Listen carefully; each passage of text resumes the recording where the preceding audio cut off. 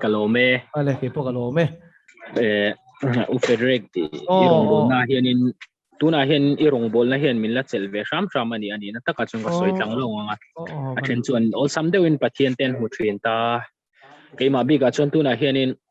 agnostic te hi ka on rum thin ani atheism te chu tiang rel ru chu ka puta a chan chu thoma ang deuh kha kani na chen hi omin ka sia ka khoi phot lo chuan ti ang mi ve deuh kani na chen hi om ta ni i chu ka har san na lian deuh ani keima chan tuna ri chuanin i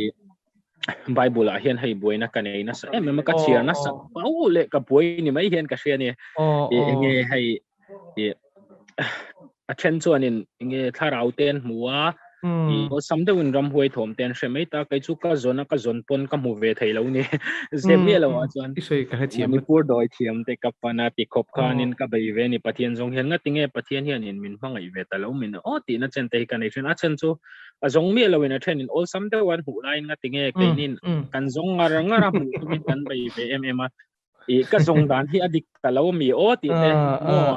in tinge pathian hi ka mu fi ang i engtin nge alam ka panang ti kha achan chu tuna hian min la chel ram tu chu miracle se ne thil mak ti te Bible nge hei i science lama tang po dam thei mi lo tur ti mai tai la i ke ma hi ka kor chu biology ni ta ne tuna hian i science lama tanga i dam thei mi lo tur x-ray nen thlapa i han post atikan an result ne nine post ti han pathian omrin na hi ka nei ta ni ke ma chon ma se ka hafia na chu ka nei chuang se lo ka zong na sa ni ke ma num shim shima hian ka bei ve sham shama chu tiang chu engtin nge pathian hi heng aya hnai hian in ka nei le zualang ti te chon tuna bible a boina ka nei te i ka hriat fia thiam lo thil te hi engtin nge ka hriat fia anga tun ai hian ma ka sonang ti hi ka hriat chiang duwa chu ka hriat chiang du pakhat chu ni se zona po tam takalan nei ya i ke ma num shim shima te po ka ha chuan nga tinge ke ni hai ngai tu taila no pang ni tin hai no pang poi soi lo hian boral ang ni ta ni fi karama ai tur nei lo te cham te tla ti khanen an boral no pang poi soi su ti line kai ke ni ti pathian po shet lo va po lo mi sual lu tuk te hi sel takin kan la dam si ni i atinge pathian hian amang ai ve ta lo min le ate ke ni yang mi sual lu tuk te po te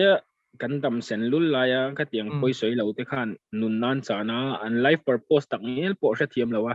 te ko velan chu asan ti te hian min tin na train ani chu pathian lo de la ka sha thiam lo po thin ta ni chu kan na hian ka zon ni phot ro se ale i nangma kha karon relate thei lu tuk che a chan chu na rong bol tu kan i ma hin tu na ithil struggle lang chi kha ka lo be ve na sa to thina ka soi khe foem ka khelo khe chi lo mai the tun hai jong ka soi tam to lo mo ke experience ka soi tam du lo chan min experience ven tu mang ti ka lawa ke ma ni si lo wang hang ke ma na ran thleng lo wan boing ti ka lau thi but ase nang ma he jon share poi lo in ka ria a chien hi ka zong thi ni ke po mo tuan zan ria ram lu no ta ka nom thin lai nang ram hun veng lai ai nom boka kan lu poi nang le kan veng poi nai le kan veng thin po kha tu se na par republic kan nom to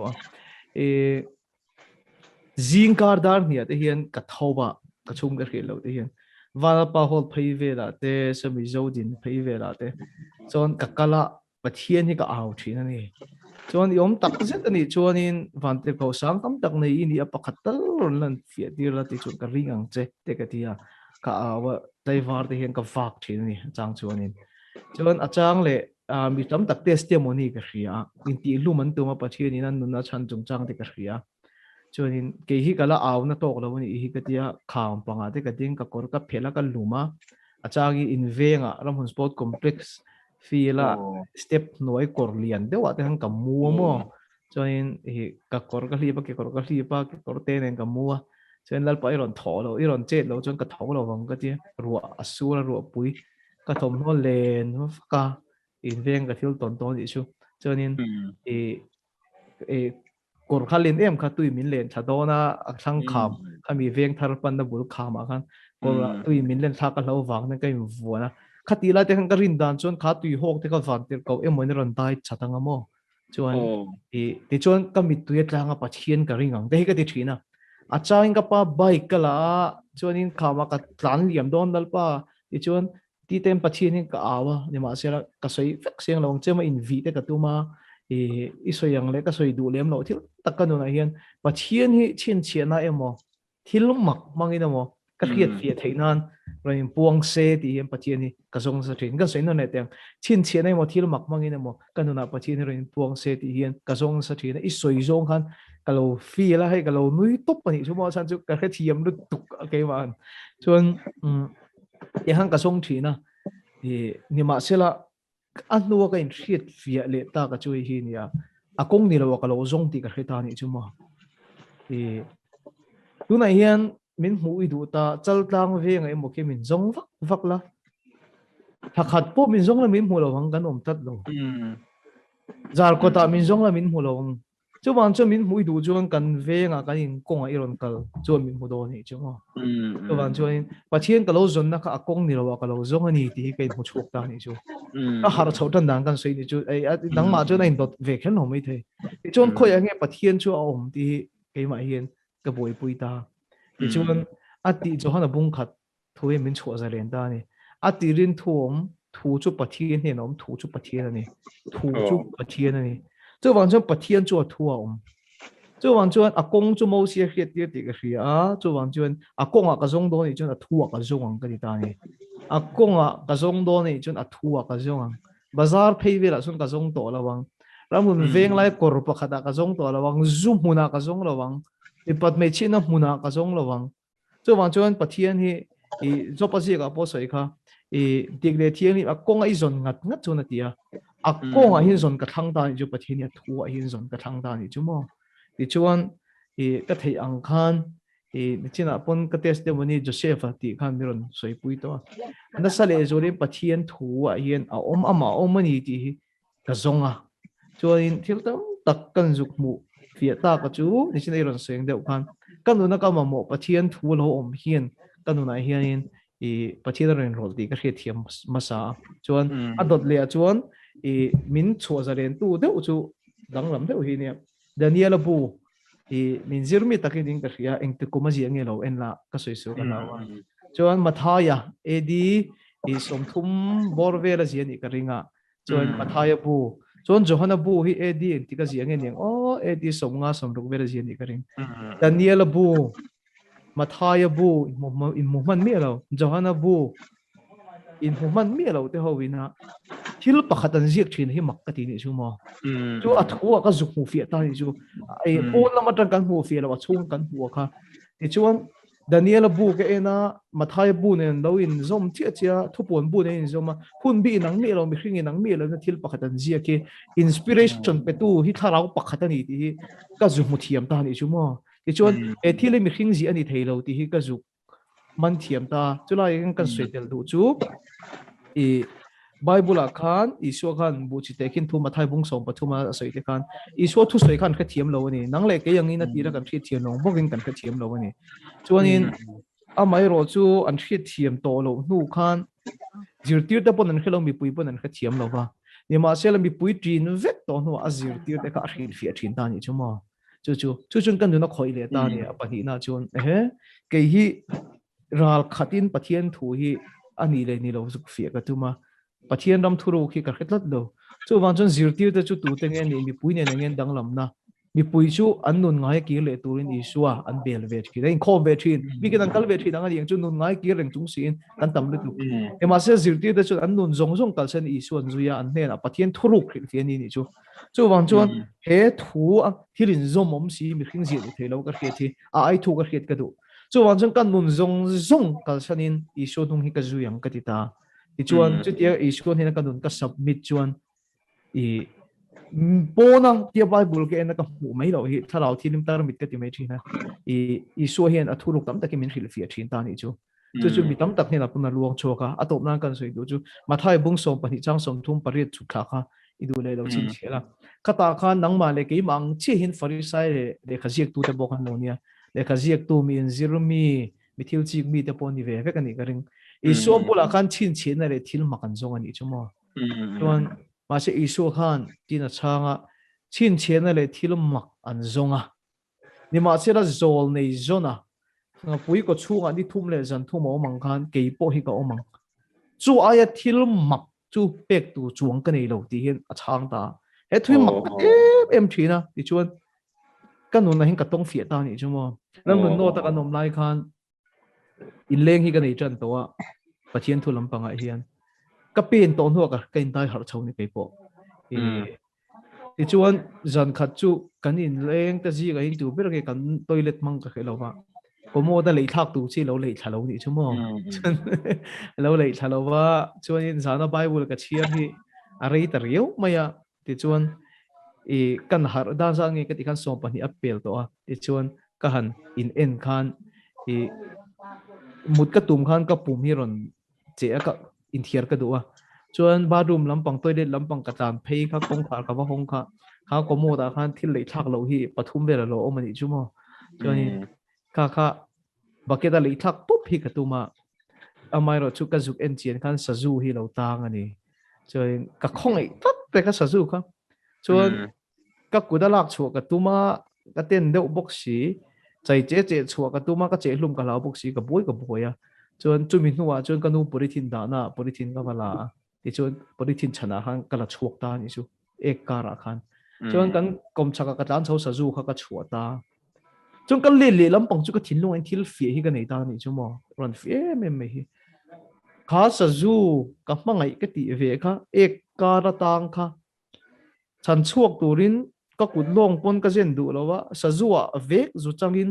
sajukar ve la te khan ka zu lim ve du ngem o ka zu in hai chuak pui ve ka du lawang ek kara khan polythene chana ka la chuak du chawani chu tiang chia chun kha sazu ta mai kan voini hen ram lu le fediga nun hi atenom zoka bol lo zok nang podi zeb lo ke pon gen zeb kan nun bol lo zi le te nom zi ka ria makat me ju sazu kha ka kut pon ka zen du lowa sazu ji nga phejun ka ju chang du lo ma se zo nei zo na nga pui ko chunga ni thum le jan thum om ka thil mak ber ri tiang khan pathian hi bi hinga ron changa kan nuna ron tel ve du hi mak ta ti ta hi chuma chu aya thil mak pathian mi hinga ron chang tu ka thil mak hi khovela ka kheta lo ni i kha che ve ram lu pathian me wa thil siama ron chang du laptop siam tu na ka laptop hi Lenovo ni Lenovo siam tu company hi na siam tu pa Lenovo chang du lo wang chuanin hemi ka no siam tu hen ka no wa chang du lo wang chu wan chuan pathian a thil siama ron chang du hi amak ani hei ai thil mak hi ka kheta lo ni ti chuan kan nun na hian Isu Christai ka pom ta chu ka pom nu a chuan thil ro puile in thup ni sina mi ron soi puya po kha ka mu chho ta ni chu mo ke chuan ka mu chho ta i khe thiamang karing chu wan chu atir akong ni lo ka lo zonga akong a kan zong thiam nu a chuan chu akong ama mu fi thiam tu chuan kan nun ka hlana chu mi nu chu a thua ama ni na in phu me hi ka mu fi thiam tu la tun thleng hian ka la mu fi chho ani chu pakhat na kha ka soi pui che tero pani na ka soi ve le do nang Africa ra ma te ron ti tero khalaya no pang ho khon ngati khati khopa an hliam an thi mai gan ti heta hianin dem lo tu le huan lo tu zok hi kan huain ka hriamo engati nge pathian hian soi tu ra tam khop maya ma se toy ten soi kan tum tiang atira pathian khobera sian dan tik tak ka chu a ena tha ati a chiat nam lo wa nat na om lo wa khatiang thil chia kha pakhat ma om lo wa ni ma se la setena khobera ron lutang rutur ti chia ti hlum ta sa takin khovel ron mai sa kan du lo do thila ron keng lu da chu khovel chu tur me kan hi chu wan jin heng na te heng hiam te ka mu hin setena ka ho thina ka thin hirim thin ni ma se le iso ero chon khovela ma wanga dam na tu so kin tan so han anu na ron hla ta ni ma se le heng ho na te ti dam tur te an yang ni tur hian voine hian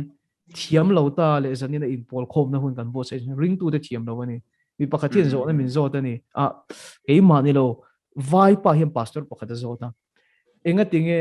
Isu Krista hi ti za ti an khelo hi an la om si ti hi zo ta Isu khal dem lek leka ma se chu ta acha na chu Isu chuan kal ula chanchin thar khil ru ti khan kum sang ni dem da khan thumin pe to ma se a thu pe ka ring tu te hian kan kal chopui hare mani ti ni chuma to wan chuan ring tu te hi kan ni dan turang kan ni lo hi khove hi ani dan turang hin ani lowa rin na zo ka hi nek bo ni tre pa chu wan chuan zani na pon rin na chungchang in mo khom tia kan sina chan po hi ring tu te hi ani dan turang hin kan ni huna khove hi a tha zo na dang lamang achan chu atop nan I van kilalpa van te lei mi hring te he na pe khovela tu na hrileng chungchanga po lalpa to ki ti to lo vem ni engchen nge ni don kan tong trai ngai thalo vem ni kan to ngi phalem ni tin pathin kan awa ni ma se la chu tiang hiam pathin a che don lo van ka thut pha van kilalpa van lei mi hring te he na pe mi hring te he na pe genesis bung ka chang som ni paru ni sarin hi riat enila le ya thu nei na chu mi hring he na pe to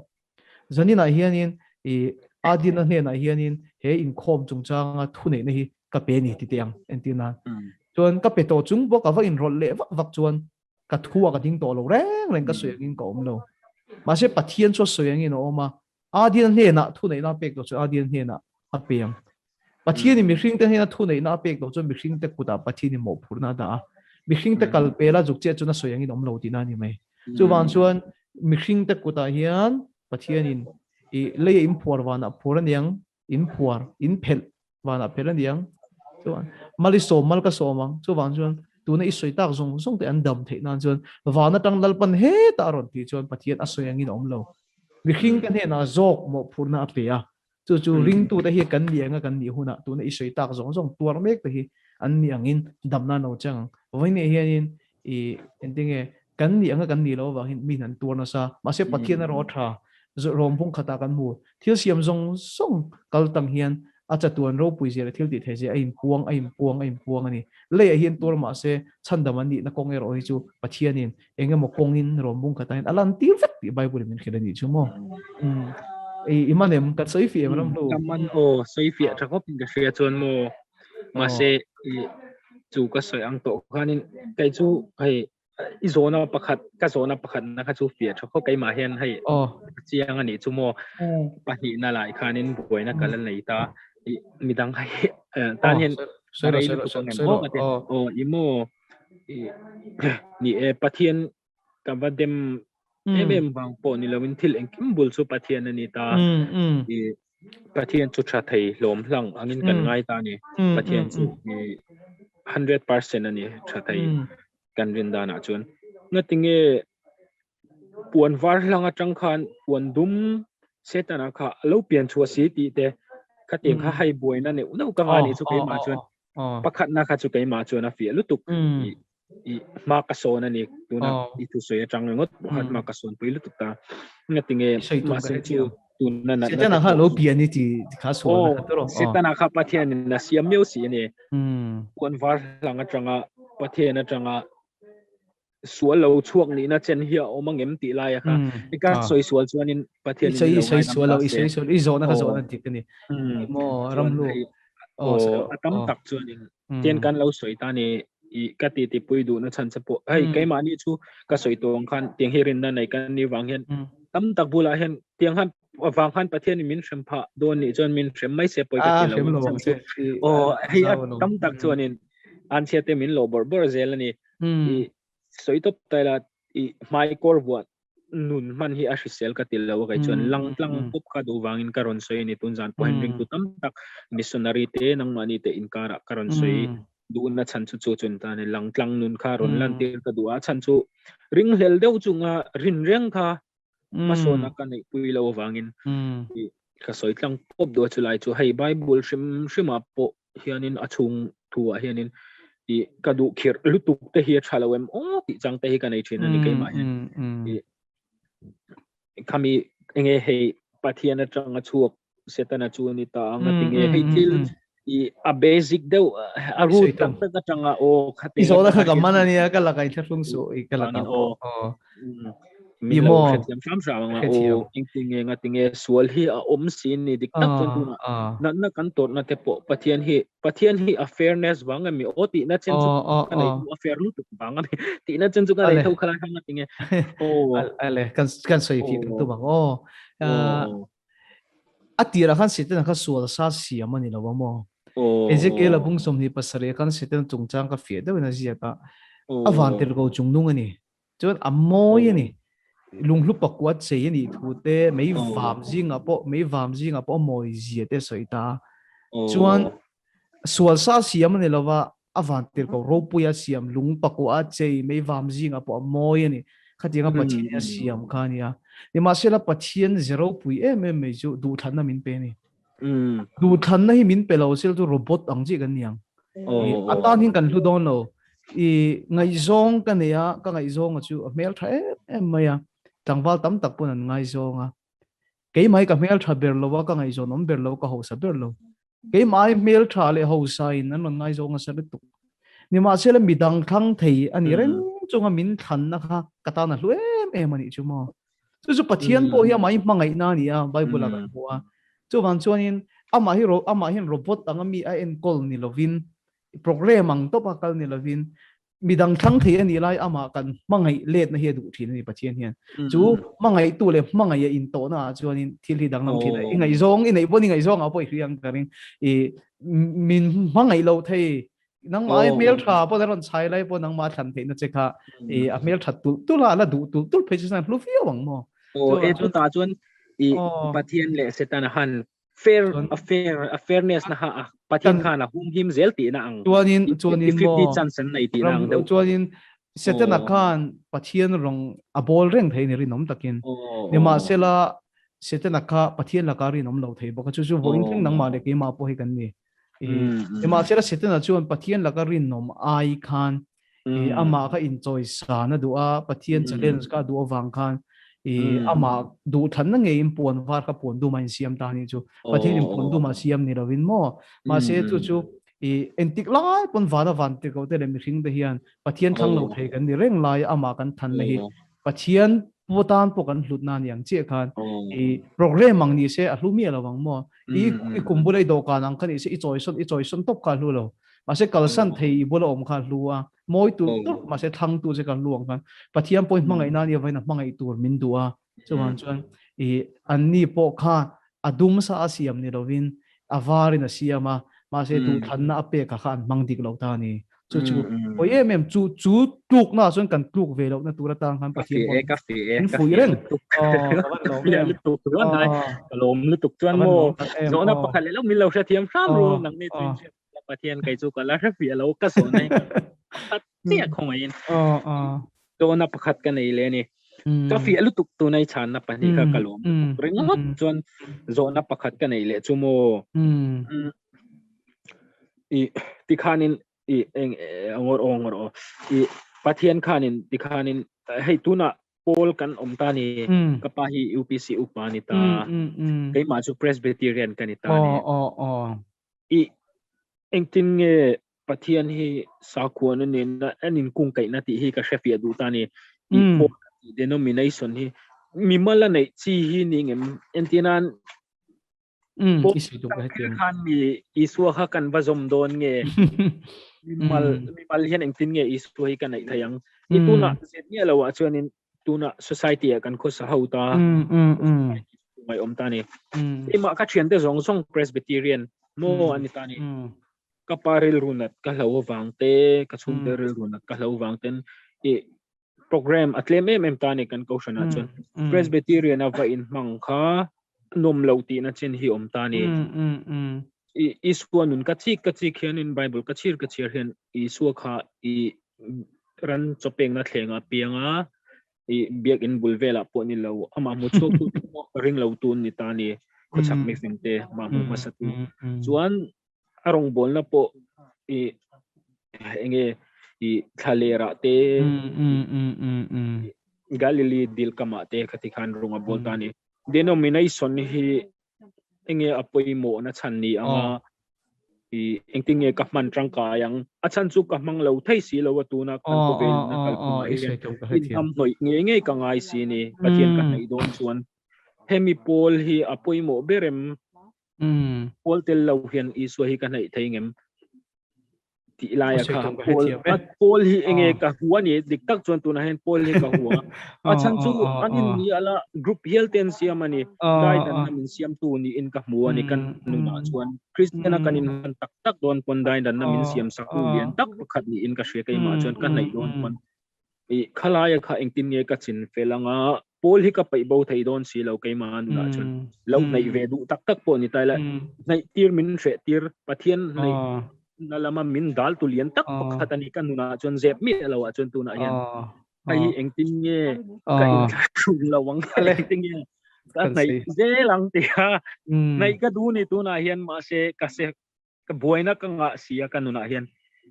khalai kha ingtinge ka chin felang o ti lai kha ka zo na ram lu adang ni chan na kha chu ka fia kanuna afia kalom lat pa chu fakan lo se imo amen Paul denomination kan Christian nun khati boy da ni te nei ran soi da na ti chon kan soi fia chak cheng chuan denomination hi tha ka ti ama se denomination feelings nei hi tha ka ti lo ni feelings lai ta ka hi salvation and oma baptist and oma presbyterian UPC and oma lo ni mai ro se ma se feelings kan nei hi min ti boy da ni chu ani nang rotin soi tiang Christian te salima hi na soya rong bolte kapian tharmam khan kamu dan chon Christian te mel ma chu Christian te ve ka ti ni chu mo chuan Christian te mel ma chu Christian presbyterian ta na ai mil lawan ti chu baptist ani china tiang khan an soi fie tum dan chu hi ni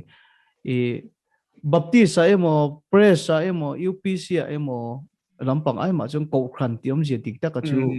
khovel la ka ta a ko khan te soina ni ta ni se tan le tiang khovel la ka ta a ko khan te kha ko khan te chu ta ni chuan chu khovel la ka ta a ko khan te kal khom chu ko khan ho ti ni ta ko khan ho ni ta ama ero chu denomination om thin na chan chu om zia chuan mihing ril ru nang lowa mihing zi nang lowa antinan mai football khel reng ta po striker atlan duan oma defender khel duan oma midfielder atuna euro ni amangila tan du chin oma ni so tiang che chuan ring tu a point zai nang lo tak kan oma tharau lampang thil lo man oma chu Pentecostal church an oma chuanin outreach lampang a thanem ngai an oma army in the salvation an mai nga chuan administration lampang le na fel fai ta ka rin na kal pui dun oma chu presbyterian khom pui ko khana no mai nga chu wang chuan all hian ring tu ta hi min thren rang tu ne lova min thiet tu ne lova all chu om ro se baptist om ro se UPC om ro se presbyterian om ro se kan zemil zeling kan omang malaya ang de ole ka le in thuam du khon khan ta kala kal pui du tat tha ti lom chu roman catholic al lut mayang chu wang chuan mani zemila kan omang pola hi chuan ti ke chuan mo chu wang chuan presbyterian hi chuan dik ta ka soi chuan thei top in rong kan bol amai salvation yang in outreach kan ngai poi mo lo presbyterian chuan thei top in rong kan bol thalau thilem po kan du ma se Pentecostal church so ina thalau thianim an in honang gen hong chuang lo chu wang chuan kha tiang zel khan mani ril ru ina atin zon na hin om ta mai tai la denomination chu tha feeling sa thalo ni ka ti ta ka kha chu wang chuan in khang thil te kha chu inun ti buai tir lo la na ber zo ka chu wang chuan I chan dam ni na tura tang khan pola hin om ke ranga em ti I soi na ka pola I om chu tha ka ti a chan chu ring tu te hi pathian in ma ni chawa kal tu he min ti lu tu lawa pathian tu hi azaw ru tu ka zanina rungop mon kan soi dun na kan hlok na I changa ka changa ni kai pon chu wang chuan fellowship pui tur hi kan mamoa chu in fellowship kho tur chon pathian hian pola min da thin in ti chak ton tur in ti shot ton tur hian pola pathian chu min da thin I chu mo chulai chun mo ye a thalu tu kai chan na kha ma se la du khop lo na lai kan nei ne ase reality tak taka thil tak taka chon a har san e dik tak soi chon thil har san tu kan ni tani soi kha entinan tu na hian kapal nu le pa khatikhan ko chandang ani ta kai ma ko chandang ka thian te po presbyterian ni tani ai va in hang ve don tala kan mishinga emotion hi da mo hi har ka ti thina ni kai ma chon mishinga betani nang hian va in hang ve don tak in tha shun na chen hi om thina ni an lam ruya hai tel ve chang na thin lung po lo nei thin tai la kai ma emotion hian min drive na sa ve thin ani chu kha engtin nge ka da bawng is hai da bo ve ka har ve lu tu kan I chu engtin nge khalai kha ka fai tanga kan he thayang ti lai kha ka shele du em ta ni mo entirnan achang chuan kan ko khan nge ya te po ni anga ani lo zonga thir tu chon ei tu ka mu lo ti chang om the ama ero chu ka zon tat chuan ka mu thei ti ka ria min thil thaber ra chunga thleng se a chilai zon chon huang thil chebel nia angai po achunga lo theng se a thalai zon chu na muang chu wang chu poli thak dang lam don no ni ram rin ti pong mai ma se nang ma zo ka kha i thil thlir da ni thak theya nang ma zo kha in thak thei ni chu bo chu wang chu in i thil cheber ron thenga pon min lom na tur anu le pa bo ra la po lom na tur a zon du chun anam muang ma se thil thaper ne min an khita don pon vuina tur na mu chun anam mu thawang chu wang chuan khowe la kan ti danglam lo tur thila oma dikta ka sei chuan ko khan ho poi kan diklo feelings kan na kan diklo e thei to pin rong pol tu te pon non ti danglam kan tu mang e ma se tu na dim huna chuan kan la thak danglam thei lo ni pon nang ma zo ka halloween thak ro e nang ma zo ka halloween thak danglam phot ro chuan e nang ma ni loin ati boy a je chuan nang ma zo ka khali loin khoi tir lo la nang ma zo ka loin thak danglam ma so ti khan kan sei tu ni ke po chu tiang in thak lo ni tai la cái chỗ po đi đâu mi tam tak hiền kan ko khana ka mu lo chu ti ka mu lo tin an zong mayang ma se kan in khak dang lam thin in thil chia de thil traffic ni lo po hiền thil tha kan huwa e disadvantage advantage kan va zong jok thina chu ti kan ni lo chung khove la hin ko khana cho po ni roin nun ngai nom lo ni chu mo ni kha thiam ang tro ram lo kalom lu tuk ringot o me buai na tam tak ching fel kan ni Alay, em.